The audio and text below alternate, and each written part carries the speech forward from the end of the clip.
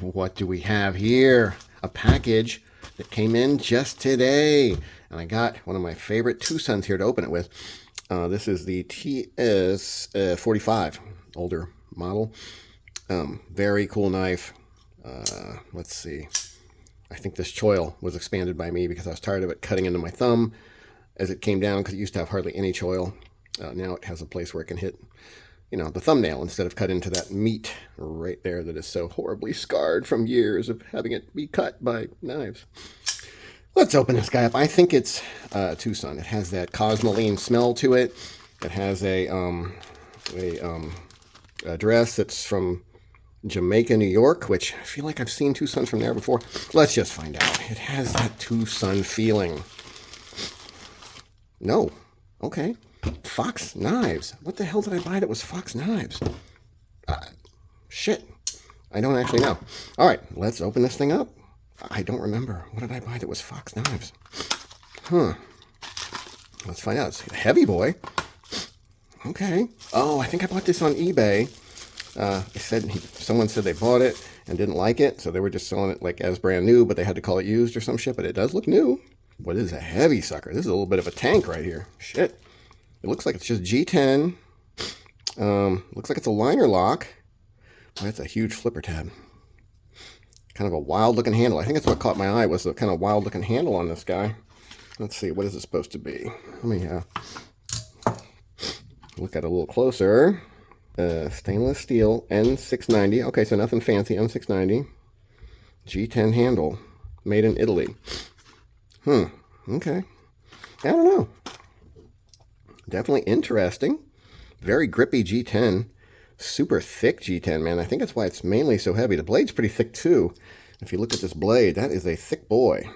Monlago, Italy. FX520. Okay. The first thing I noticed is they could have gone a little bigger with the choil. So that's kind of sad. Looks like it's just a black coated blade. Black coated, I guess it's n690. Yeah, it says n690 right there. n690 CA? CO? I never heard of that. I don't know. It's got a little triangle shape on it. Pocket clip's kind of too big. Let's see. Lock access. Well, it's not terrible. Okay. Yeah, not bad. Centering is okay. Oh, it's got a glass breaker. I love a good skull cracker glass breaker. All right, let's try to open it with this guy. Okay, not bad. Boy, that lock access is not the best. Boy, you would think by looking at it that it would be good. There's a good big lot of cutaway here, and then you can access it. You know, you should be able to just access it, but I think this side, yeah. So if you look at this side, behind the lock bar is too high. They need to cut that down a little bit, which luckily I can do fairly easily. So we will cut that down just a bit, and then we can access that lock a bit easier. Then I think it'll be, you know, okay.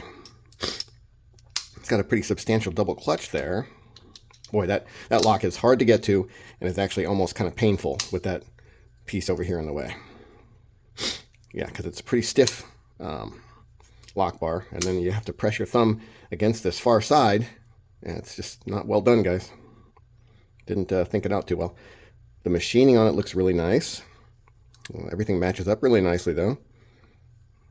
Yeah, I like the little holes and the little fullers there and everything. Uh-oh, it's got a nice fuller on both sides. Let's see if we can reverse flick it. Oh, yeah, nice. So it's got a pretty bad double clutch, man. Look at that. Oof. So you release the lock, the blade falls. It stops right there. No detent ramp. Let's see. Is there play in the blade? No? Well, maybe a tiny bit. Yeah, actually the blade's a tiny bit loose. Let's see. Yeah, that's a little loose. If I tighten it up, I bet I'll center it too, because the centering is just a hair off. Let's see. Where is my... For some reason, I can't find... Oh, there's one. Duh. All right, so we'll pull this guy out. We'll put this guy in, the T8. I was going to try to use it with my fingers. Looks like they have T8s all the way around. Oh, maybe not. Well, shit. Okay, that's T8. So it says. Yeah, that's T8. Okay. I guess they're T6s, but man, those look kind of big for T6s. I wonder if they're weirdly T7s or something.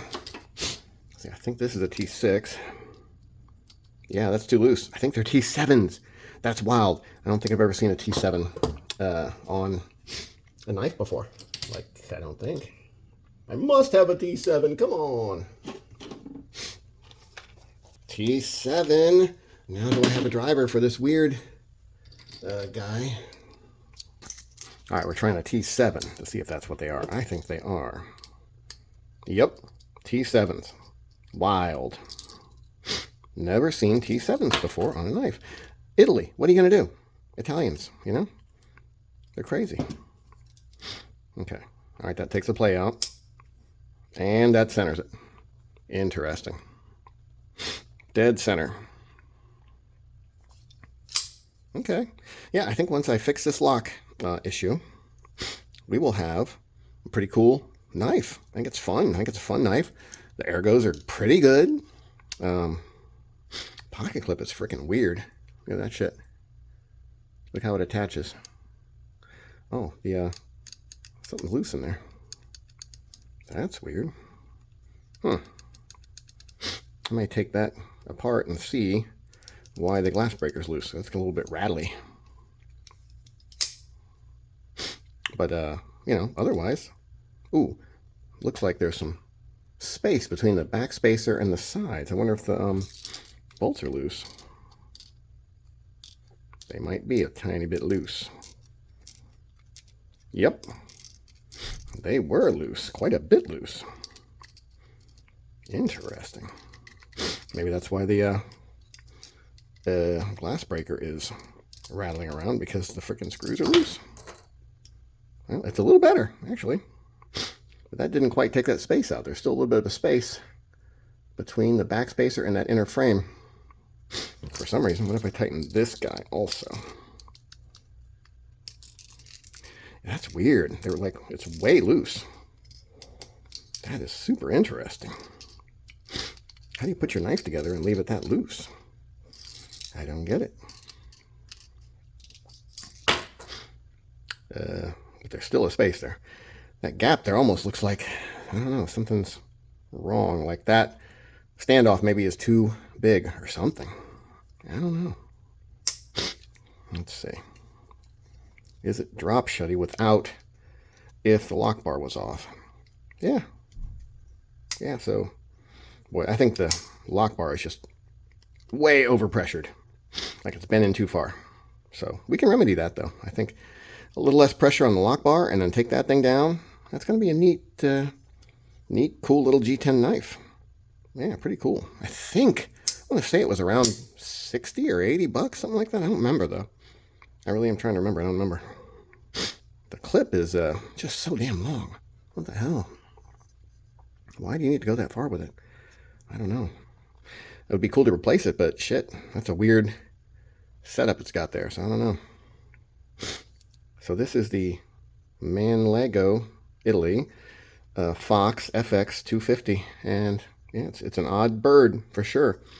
Very cool G10, very cool shaped blade, very nice sound to it when it pops open. Hard to get to lock bar that is too strong, I think, because you would have a pretty drop shutty knife if it was just a little less strong. The boy, the glass breaker is almost not rattling anymore. Kind of a weirdness there where there's a tiny bit of a gap between the liners and the backspacer, but the backspacer is not movable, though. It's not moving. No jimping on the flipper tab. Well, you could use a lot less flipper tab, really, also. Kind of an interesting knife, though. Kind of a neat feel to it. Yeah, the FX2 or 520 from Fox, Italy knives. Pretty cool. I think it's going to make a neat one once it's modded up just a little bit. Have a nice day. Here's a little preview of what's coming up. I couldn't get away from the holiday, goings on here at the house, so you just have to put up with what's going on in the background here. But see if you can figure out what this knife is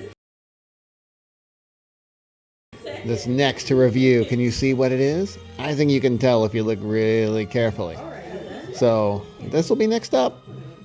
And I already said have a nice day, so I don't need to say that. But goodbye.